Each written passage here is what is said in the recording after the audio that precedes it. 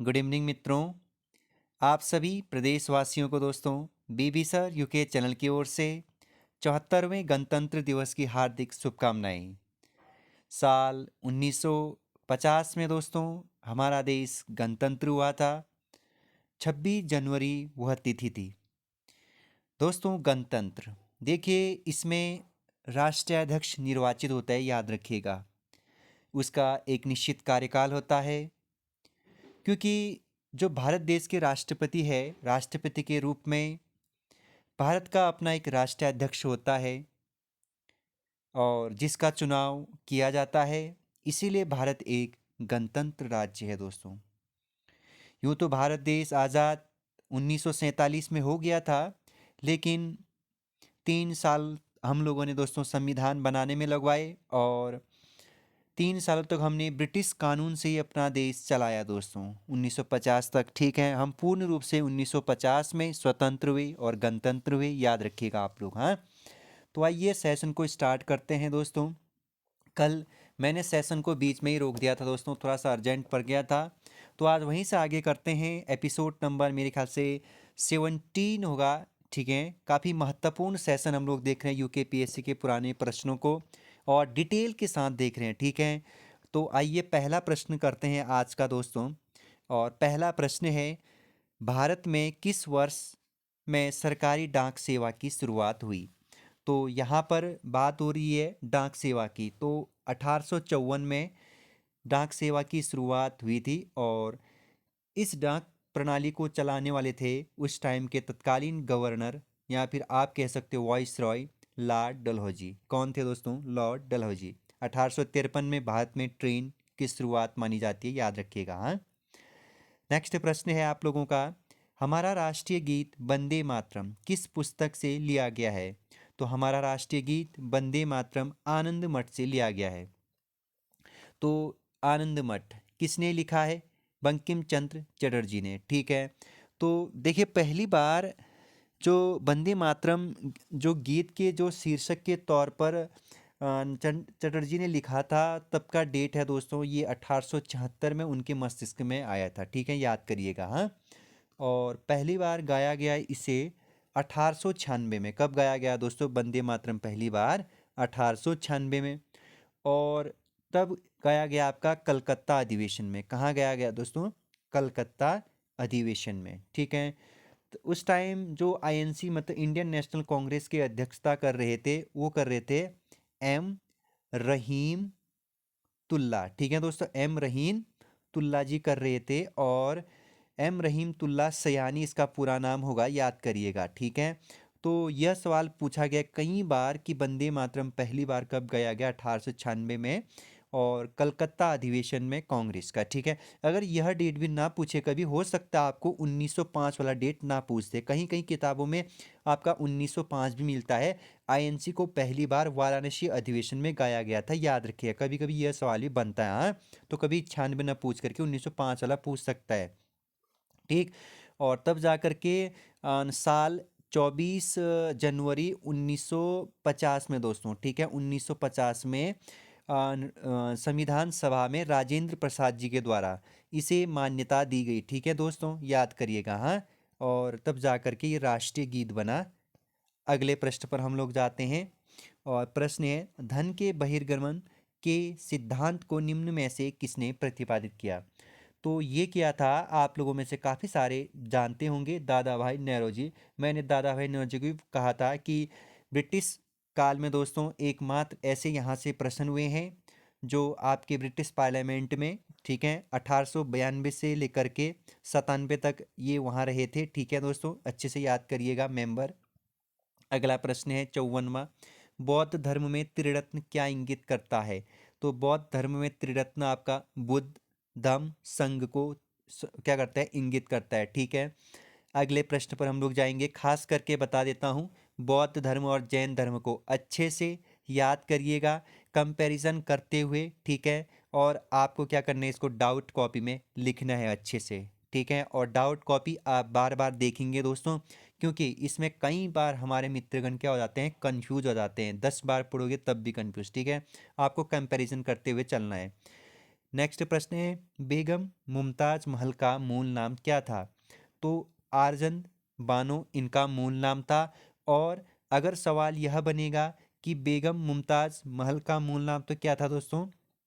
आर्जन बानो। अब यहाँ पर सवाल यह बनेगा कि बताइए मुमताज किसकी बीवी थी, मतलब किसकी पत्नी थी दोस्तों? वेरी गुड, आपको पता चल गया, शाहजहां। किसकी बीवी थी दोस्तों? शाहजहां की। ठीक है, तो आपको यह बात अच्छे से याद रखना है। हाँ, और इसी की याद में आपको पता है कौन सा महल बनाया था या कौन सा किला बनाया था, वो आप अच्छे से जानते हैं। अगले प्रश्न पर हम लोग जाएंगे, लोकसभा के प्रथम अध्यक्ष कौन थे?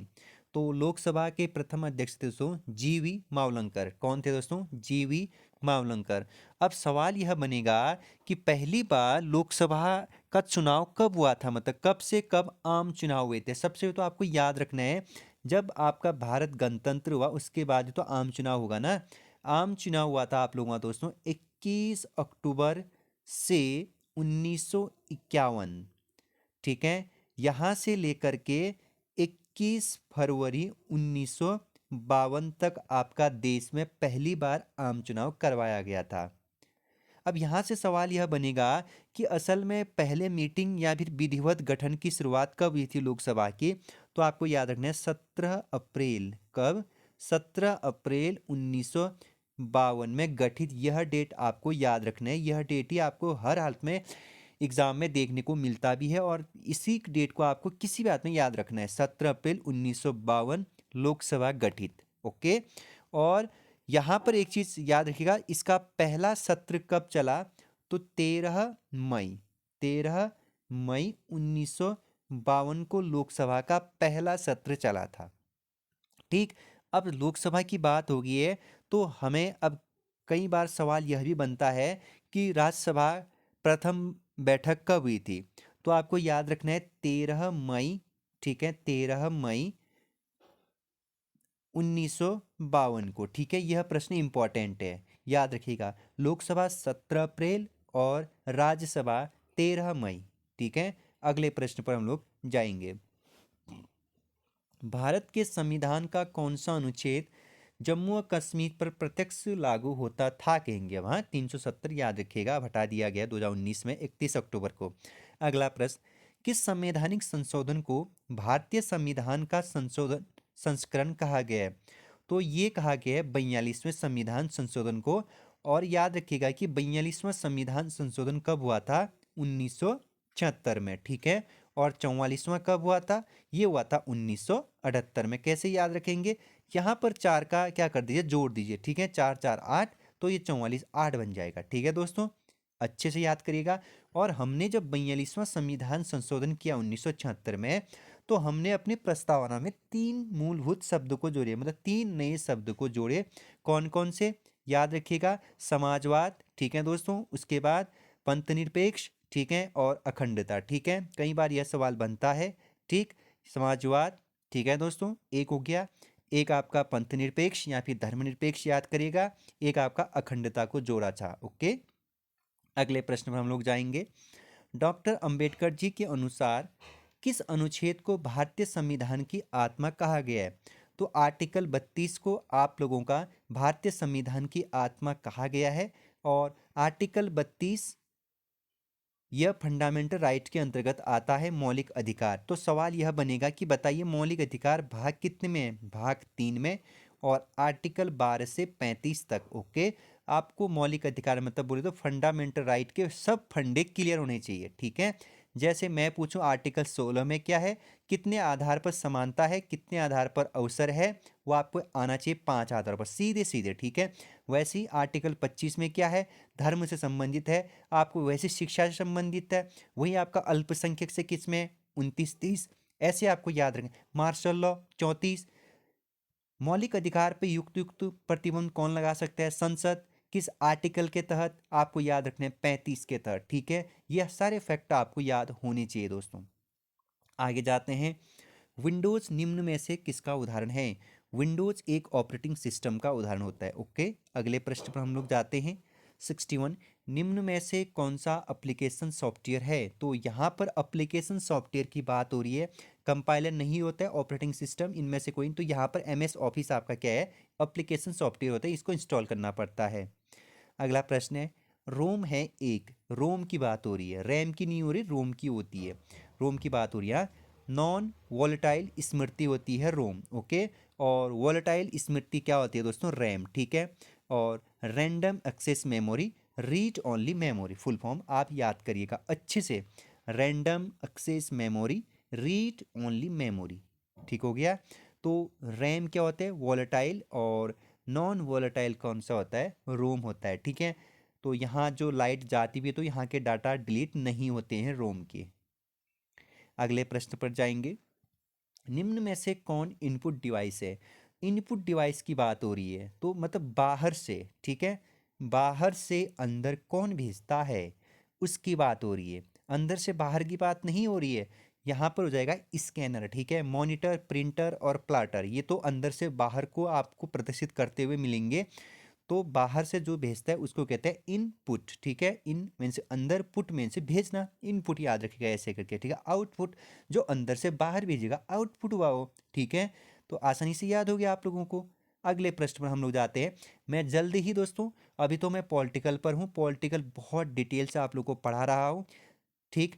RO उत्तराखंड के, SI पटवारी, जितने भी एग्जाम दो उत्तराखंड में, इतना डीप पढ़ा रहा हूँ ना, एक बार देखिए जरूर, ठीक है। 3 सेशन हो गए हैं पॉलिटिकल के, और पॉलिटिकल में इस बार भी आपको कम से कम 7 से लेकर के 8 प्रश्न देखने को मिलेंगे उत्तराखंड के एग्जाम में, मैं बता दे रहा हूँ। और भाग 5 तक तो आपको किसी भी हालत में अच्छे से आना चाहिए, ठीक है, भाग 5 तक। हाँ, इसके बाद आपको पंचायती राज बहुत इंपॉर्टेंट, वो आपको अच्छे से पढ़ना है, ओके। और इसके बाद मैं कंप्यूटर स्टार्ट कर दूंगा कुछ समय के बाद, थोड़ा मैं पॉलिटिकल आगे बढ़ा दूंगा तो कंप्यूटर स्टार्ट कर दूंगा। कुतुब मीनार की ऊंचाई कितनी है, तो कुतुब मीनार की ऊंचाई 72.5 मीटर है। और याद रखना है आपको, कुतुब मीनार की नींव कब रखी गई थी, तो कुतुब मीनार की नींव 1191 में रखी गई थी, ठीक। और किसने रखी थी, गुलाम वंश के शासक कुतुबुद्दीन ऐबक, या गुलाम वंश के संस्थापक कुतुबुद्दीन ऐबक ने। अब सवाल यह बनेगा कि जो कुतुब मीनार की नींव रखी थी ऐबक साहब ने, तो वे किसकी याद में रखी थी, तो मतलब किसके यादगार में बनाया था, तो सूफी संत थे प्रसिद्ध, जिनका नाम था ख्वाजा, जिनका नाम क्या था, ख्वाजा कुतुबुद्दीन बख्तियार, याद रखना, ख्वाजा कुतुबुद्दीन बख्तियार काकी की याद में आप लोगों का कुतुबुद्दीन ऐबक ने कुतुब मीनार की नींव रखी थी, ठीक है। भले ही पूरा आपका इल्तुतमिश ने किया, फिर चौथी पांचवी मंजिला फिरोज शाह तुगलक ने बनाया, लेकिन आपको याद रखना है कुतुब मीनार की नींव रखने वाला कुतुबुद्दीन ऐबक, कुतुब मीनार का निर्माण कार्य पूरा किया इल्तुतमिश ने, कुतुब मीनार में चौथी पांचवी मंजिला बनाया फिरोज शाह तुगलक ने, ठीक है। तो अगर आपको यह पूछा जाएगा, बताइए कुतुबुद्दीन ऐबक का टाइम पीरियड कितना था, 1206 से लेकर के 1210 तक इनका टाइम पीरियड था, ठीक है। जब मोहम्मद गौरी यहाँ से वापस जा रहा था ना, तो यहाँ के जीते हुए क्षेत्र को किसको सौंप दिया था इसने, कुतुबुद्दीन ऐबक को, ओके। आगे वाले प्रश्न पर हम लोग जाते हैं। इंटरनेट एक्सप्लोरर है एक, क्या है, इंटरनेट एक्सप्लोरर एक वेब ब्राउज़र हो, क्या है, वेब ब्राउज़र। अगले प्रश्न पर जाएंगे, और काफ़ी महत्वपूर्ण होने वाला है अगला प्रश्न। भारत में प्रधानमंत्री मुद्रा योजना कब प्रारंभ की गई थी, तो मुद्रा योजना बीच में आप लोगों ने देखा होगा 2014-15 के आसपास काफ़ी ट्रेंड में था, मुद्रा लोन, मुद्रा लोन। तो ये 8 अप्रैल 2015 से इस योजना की शुरुआत PM मोदी जी के द्वारा की जाती है। और इसमें अधिकतम आप लोगों को 10 लाख तक का लोन दिया जाता है बैंक के द्वारा, कोई बिजनेस करने के लिए, ठीक है, 10 लाख तक का, ओके। याद करिएगा 8 अप्रैल 2015 प्रधानमंत्री मुद्रा योजना की शुरुआत की जाती है। जिसने भी पहले के 16 एपिसोड नहीं देखे, पहले वो 16 एपिसोड को देखे, तब जा कर के वो इस एपिसोड को देखेंगे तो बहुत अच्छा होगा, ठीक है, काफ़ी हेल्पफुल मिलेगी तब जा कर के, ठीक है। अगले प्रश्न पर हम लोग जाते हैं, और प्रश्न है प्रधानमंत्री उज्ज्वला योजना की कुल बजट राशि कितनी है, ये करंट का क्वेश्चन था, याद करेंगे। यहाँ पर मैं आप लोगों को एक चीज़ बताता हूँ, उज्ज्वला योजना की शुरुआत कब हुई थी दोस्तों, 1 मई, कब लिखूँ दोस्तों, 2015 लिखा, 16, शाबाश आपने बता दिया ना, 2016। आपको मन मस्तिष्क में याद रखना है, ठीक है। अब याद रखिएगा, उज्ज्वला योजना असल में किस राज्य से शुरुआत हुई थी? तो उज्ज्वला योजना की शुरुआत पीएम मोदी जी ने उत्तर प्रदेश के बलिया जिले से किया था। किस जिले से किया था?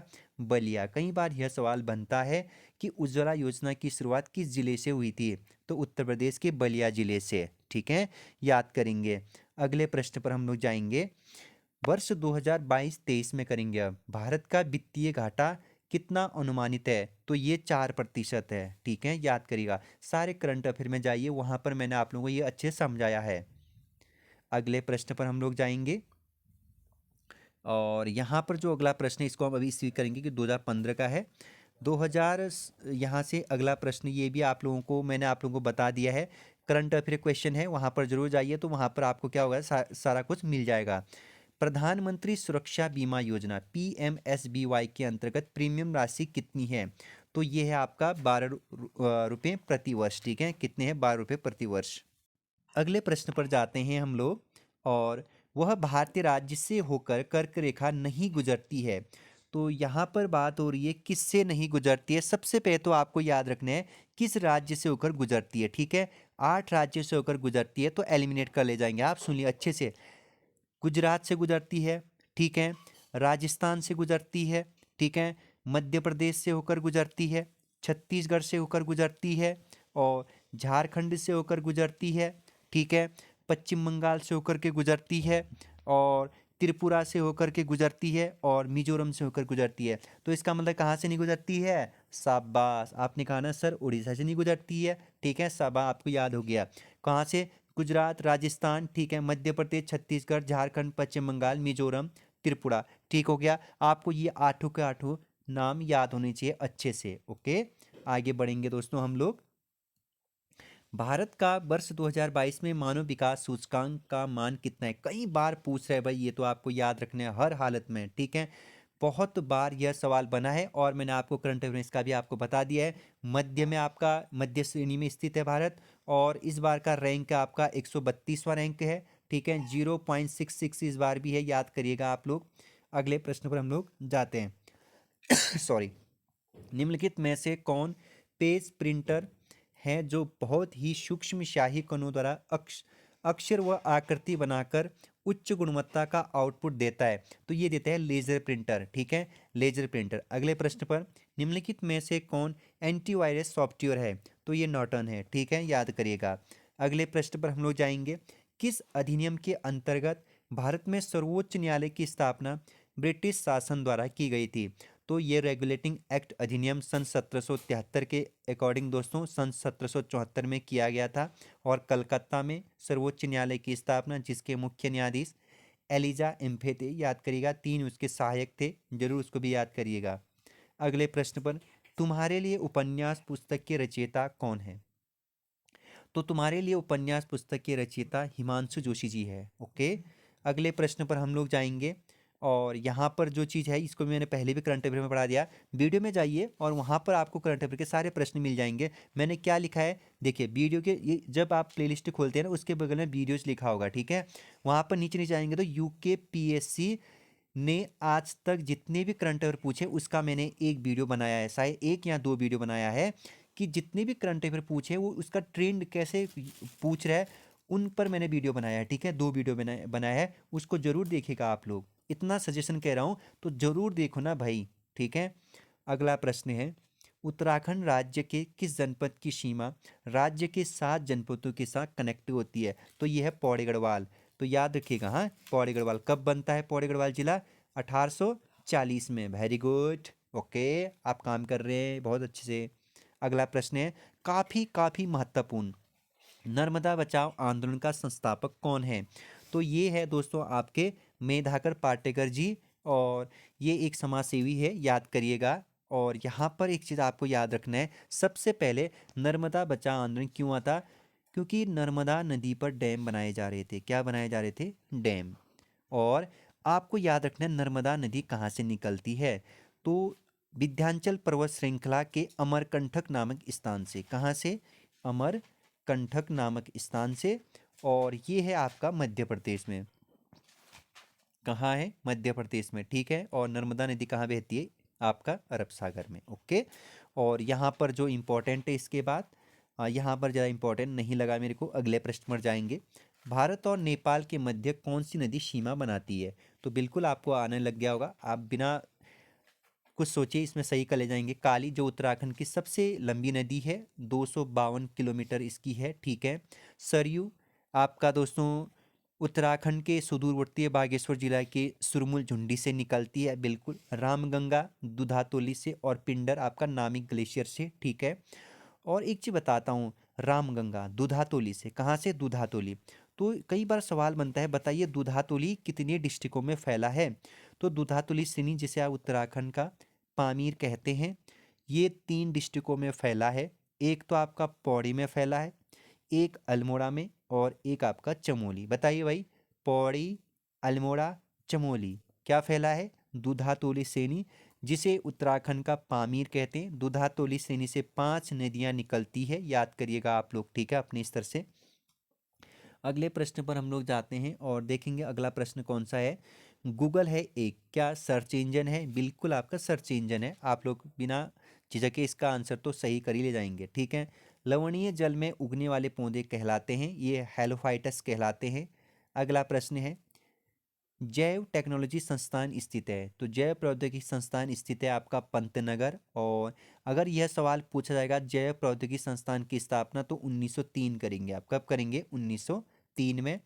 तो ये एक बार जरूर देखिएगा इस प्रश्न को कि इसकी स्थापना कब की जाती है, संस्थान की स्थापना। तो मेरे को तो जहाँ तक याद है 1903 में की जाती है। तो ये अपडेटेड होगा, अगर होगा तो लेटेस्ट करंट अफेयर में होगा, तो ये देखिएगा एक बार, करंट अफेयर सॉरी, मतलब अपडेटेड देखिएगा कि प्रॉपर, ठीक। अगला प्रश्न पर जाते हैं। यहाँ पर है आप लोगों का, किन तरंगों को ध्रुवीकृत नहीं किया जा सकता है? ये ध्वनि तरंगों को नहीं किया जा सकता है। ये भी कई बार पूछता है आप लोगों को, आर एच फैक्टर नाम का आधार है। रीसस बंदर। मैं बेसिकली आप लोगों को ये जो साइंस के क्वेश्चन है उसको मैं अलग से कराऊंगा, हाँ, आप लोगों को लिख रहा हूँ मैं, उनको अलग से कराऊंगा। और यहाँ पर याद रखना, जो आर एच फैक्टर रीसस बंदर पाए गए, ये दक्षिण अफ्रीका में पाए गए थे, याद रखिएगा। अगला प्रश्न है, एक उपग्रह का उपयोग होता है किसके लिए? संचार हेतु के लिए, मौसम की भविष्यवाणी के लिए, कृषि एवं वानिकी हेतु, उपरोक्त सभी। बिल्कुल सभी है, आपका सही आंसर हो जाएगा। और हाँ, लोक सेवा एक साइंस एंड टेक्नोलॉजी से एक प्रश्न हमेशा पूछता है, मतलब उपग्रह से, सैटेलाइट से, चाहे किसी से संबंधित हो, मतलब उपग्रह से आपका एक सवाल पक्का बनाता है वो हर पेपर में, तो आपको उपग्रह से भी याद करना है अच्छे से। अगला प्रश्न है आपका, मार्स गैस है मीथेन। अगला प्रश्न है, मानव जीनोम का अनुक्रमण सफलतापूर्वक किया गया साल 2001 में, ठीक है। अगले प्रश्न पर हम लोग जाएंगे और यह प्रश्न भी अच्छा है, देखेंगे। 2022 का थॉमस कप जीतने वाला कौन पहला यूरोपीय देश? यहाँ पर यूरोपीय याद नहीं रखने आपको। 2022 का जो थॉमस कप जीता था, ये भारत ने जीता था। किसने जीता था? भारत ने इंडोनेशिया को हराया। किसको हराया दोस्तों? इंडोनेशिया। जबकि 2021 में इंडोनेशिया विजेता था, ठीक है, याद करेंगे। भारत ने 2022 का थॉमस कप जीता। तो अगर सवाल यह पूछेगा, बताइए थॉमस कप का संबंध किससे है, तो आप लोग भाई बैडमिंटन करके आएंगे। क्या करके आएंगे? बैडमिंटन, ठीक है, बिल्कुल सही हो जाएगा आप लोगों का आंसर, कोई गलत होने का तो चांस नहीं हो सकता है। अगला प्रश्न, वनों की कटाई पर प्रतिबंध लगाने वाला दुनिया का पहला देश कौन बन गया? तो ये बन गया नॉर्वे, ठीक है, और नॉर्थ यूरोप में यह स्थित है, यह देश, आप याद रखेंगे, हाँ। अगले प्रश्न पर, चीन का दक्षिण चीन सागर में किस क्षेत्र के नियंत्रण को लेकर के फिलीपींस और वियतनाम के साथ विवाद चल रहा है? तो ये चल रहा है आप लोग का स्पेटली द्वीप श्रृंखला पर, ठीक है। अगले प्रश्न पर हम लोग जाएंगे, कौन सा राज्य देश का पहला डिजिटल राज्य बन गया है? तो ये बन गया है भाई केरल, सबसे ज्यादा शिक्षित, याद रखिएगा। अगला प्रश्न, editor unplugged media minutes Netaji and me पुस्तक के लेखक विनोद मेहता, कौन? विनोद मेहता। अगला प्रश्न है, अब यहाँ पर 68 हो जाएगा, राष्ट्रीय फिल्म पुरस्कार समारोह में किस फिल्म को सर्वश्रेष्ठ फिल्म घोषित किया गया है? तो यहाँ पर आपको सबसे पहले तो एक याद रखना है कि सबसे जो हिंदी का है, सबसे सर्वश्रेष्ठ फिल्म तो ये तुलसीदास जूनियर को घोषित किया गया है। और अगर सवाल यह पूछा जाएगा कि किस अभिनेत्री को, तो याद, सॉरी, किसे बेस्ट एक्ट्रेस का, तो आशा पारेख याद करेंगे। और बेस्ट एक्ट्रेस पूछा जाएगा तो अजय देवगन और सूर्या दक्षिण साउथ के मूवी को याद रखेंगे, ठीक है। ये करंट अफेयर मैंने सब पहले ही बता दिया, मैंने आपको कई बार कह रहा हूँ, जरूर देखिए, सारा क्लियर हो जाएगा। फिर भी ज्ञानपीठ पुरस्कार 2022 का तो ये दिया भाई दामोदर माओजे को, जो कोंकणी लेखक है। क्या है? कोंकणी। और ये रहने वाले हैं गोवा के। कहाँ के रहने वाले हैं? गोवा की, याद करिएगा। हाँ, अगले प्रश्न पर आज का सेशन यहीं समाप्त करते हैं, क्योंकि सेशन लंबा हो गया। अगला प्रश्न क्या करते हैं, यहीं पर सेशन भी समाप्त हो गया और प्रश्न की श्रृंखला भी समाप्त हो गई है दोस्तों। कल मिलेंगे हम नई वीडियो के साथ, ऐसी डिटेल से चर्चा करेंगे दोस्तों, ठीक है। और अगर आपको इसकी पीडीएफ चाहिए तो आप हमारे टेलीग्राम से जुड़िए दोस्तों, वो डिस्क्रिप्शन बॉक्स में ज़रूर लिंक दिया गया होगा। तो अपना ख्याल रखिए, खुद तैयारी करिए और भूगोल के सेगमेंट को अच्छे से क्लियर करिए दोस्तों। अगर आप यूके ट्रिपल एससी के पेपरों को भी सॉल्व चाहते हैं तो ज़रूर कमेंट बॉक्स में बताइए। यूके ट्रिपल एससी के पेपरों को भी मैं सॉल्व करवाऊंगा एक एक करके, और ऐसे ही फैक्ट वाइज करवाऊंगा, याद करिएगा, ठीक है। अच्छे से